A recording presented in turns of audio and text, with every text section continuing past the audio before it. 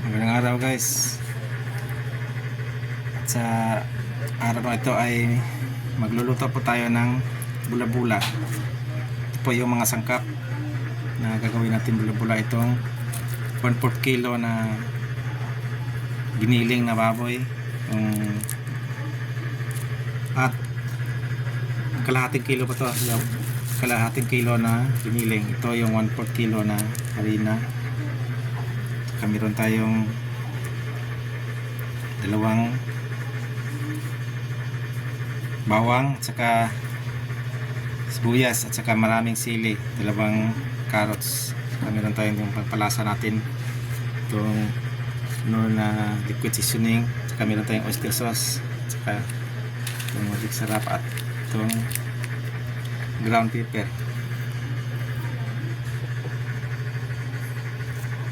Dilinisan ko muna itong mga sangkap, tapos babalikan ko kayo.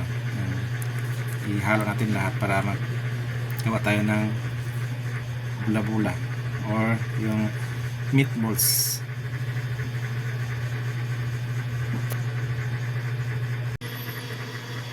At ito na po guys, na handa na po natin itong lahat ng mga sangkap. At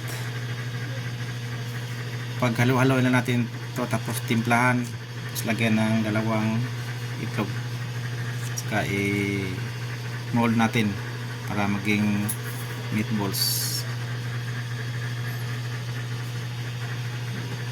Balikan ko na lang kayo mamaya guys. At ito na po guys yung ating mixture, at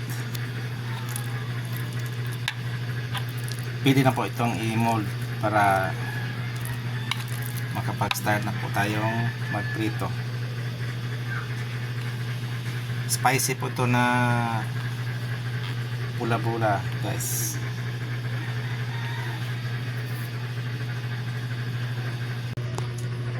Ito po guys, pag nagmo-mold po tayo ay gagamit lang po tayo ng kunting mantika para hindi po siya masyadong dumidikit ito sa ating kamay. Mga maliliit lang po na balls guys, para madali pong maluto yung pati yung sa ilalim na parte ng balls ay luluto po. Madali lang po siyang maluto kasi maliliit lang po.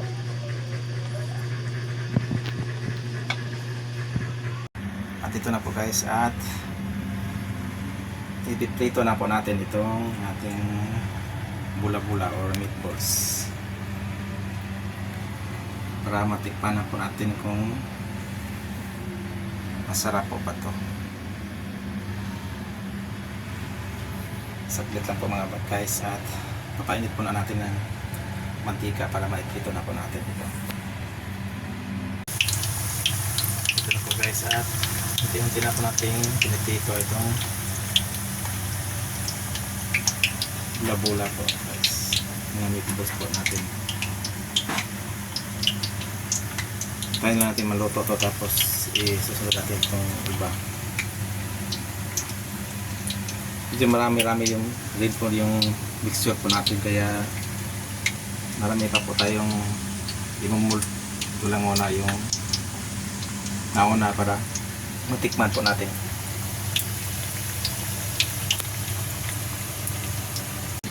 Ito na po guys yung ating luto na meatballs. Ito po yung hindi pa naluto. Yung papatay na lutuin na kunti. Tapos meron pang yung mold doon sa yung tinabi po natin doon. At hanggang dito na lang po guys, at titikpan na po natin ito. Maraming salamat po, at God bless po sa ating lahat.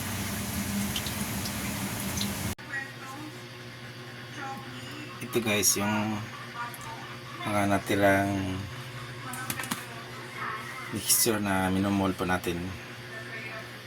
Ilagay natin sa ref ito para lulutuin po natin in the future. Salamat and bye bye.